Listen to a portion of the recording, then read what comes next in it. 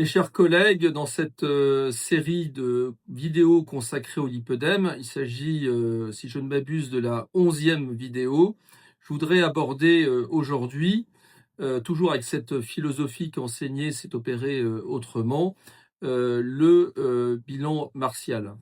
Donc, nous savons que nous allons avoir des patients qui vont perdre des points d'hémoglobine, même si on utilise une technique qui permet de limiter cette anémie. À la fin, il y aura toujours une perte.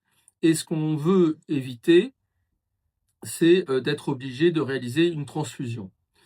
Si on a une patiente, je donne un exemple, qui a 15 grammes d'hémoglobine, donc qui n'est absolument pas anémiée, elle peut se retrouver brutalement donc à 11 grammes et mal le supporter. Et bien évidemment, le problème va se poser chez des patientes qui sont déjà anémiées et qui elles-mêmes vont perdre un certain nombre de points d'hémoglobine. Donc en fait, ce qui fait la différence, c'est surtout le nombre de points d'hémoglobine qui va être perdu. Et il faut permettre à la patiente de supporter cette perte et d'être capable de refaire rapidement du globule. Donc pour cela, on va regarder donc la vitamine B9, la vitamine B12 et le fer.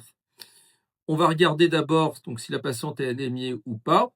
Donc si elle est anémiée et qu'il s'agit d'une carence martiale, on va remonter le fer, soit par voie orale, soit par voie intraveineuse. Si c'est par voie orale, donc on va également supplémenter en vitamine C parce qu'on sait que la vitamine C permet une meilleure absorption du fer.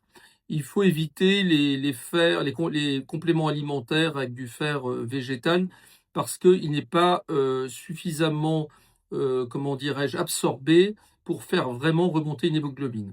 Donc ça, c'est le cas d'une patiente qui est anémiée et bien évidemment, il faudra faire le bilan étiologique, c'est-à-dire de rechercher la cause de cette anémie. Est-ce qu'il s'agit d'une cause gynécologique ou une cause digestive? Ce sont les deux principales causes. Ensuite, il va y avoir les patientes qui ne sont pas anémiées, qui ont qui ont une ferritinémie, c'est-à-dire des réserves en fer qui sont faibles. Donc cette patiente, elle n'est pas anémiée, mais elle va l'être au lendemain le jour de l'intervention, juste après son intervention. Et donc il faut qu'elle puisse faire du globule. Donc en dehors de la vitamine B12, la vitamine B9, il va lui falloir du fer si elle est dans le range le plus faible de la ferritinémie. Il faut lui refaire des réserves.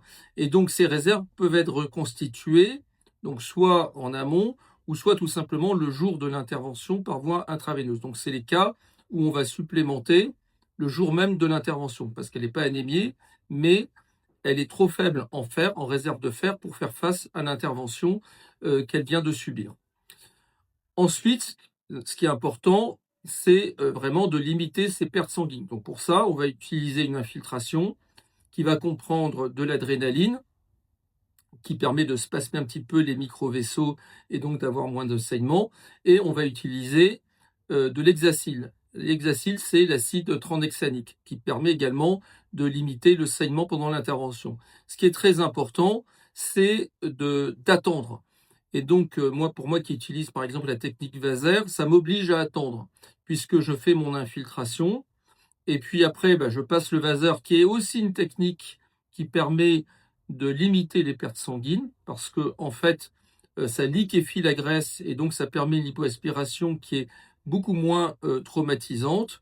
Eh bien, ce délai où je vais utiliser le Vaser va permettre d'attendre suffisamment longtemps que l'adrénaline puisse agir localement et donc limiter les pertes sanguines. En fait, l'adrénaline, sur le plan cardiaque, elle agit tout de suite, elle accélère le cœur immédiatement, mais au niveau des micro-vaisseaux, il y a un délai, et souvent, on est trop rapide et on veut commencer l'intervention trop vite. Donc, grâce au Vaser, par exemple, c'est la technique que j'utilise, forcément, ça oblige à prendre son temps et donc à limiter les saignements.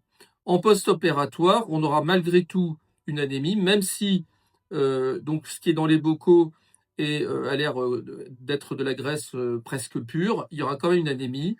Et donc c'est pour ça que quand la patiente va se lever, il faut qu'il y ait donc un pansement qui soit compressif. Donc ce pansement est réalisé au bloc et qu'elle ne se lève pas sans ce pansement, que le premier lever sans ce pansement soit accompagné donc d'une infirmière et que d'une façon générale, elle remette tout de suite le vêtement compressif qui doit être donc un vêtement à maille rectiligne, verticale, maille plate, pour donc se lever et ne pas avoir des étourdissements liés à cette perte sanguine.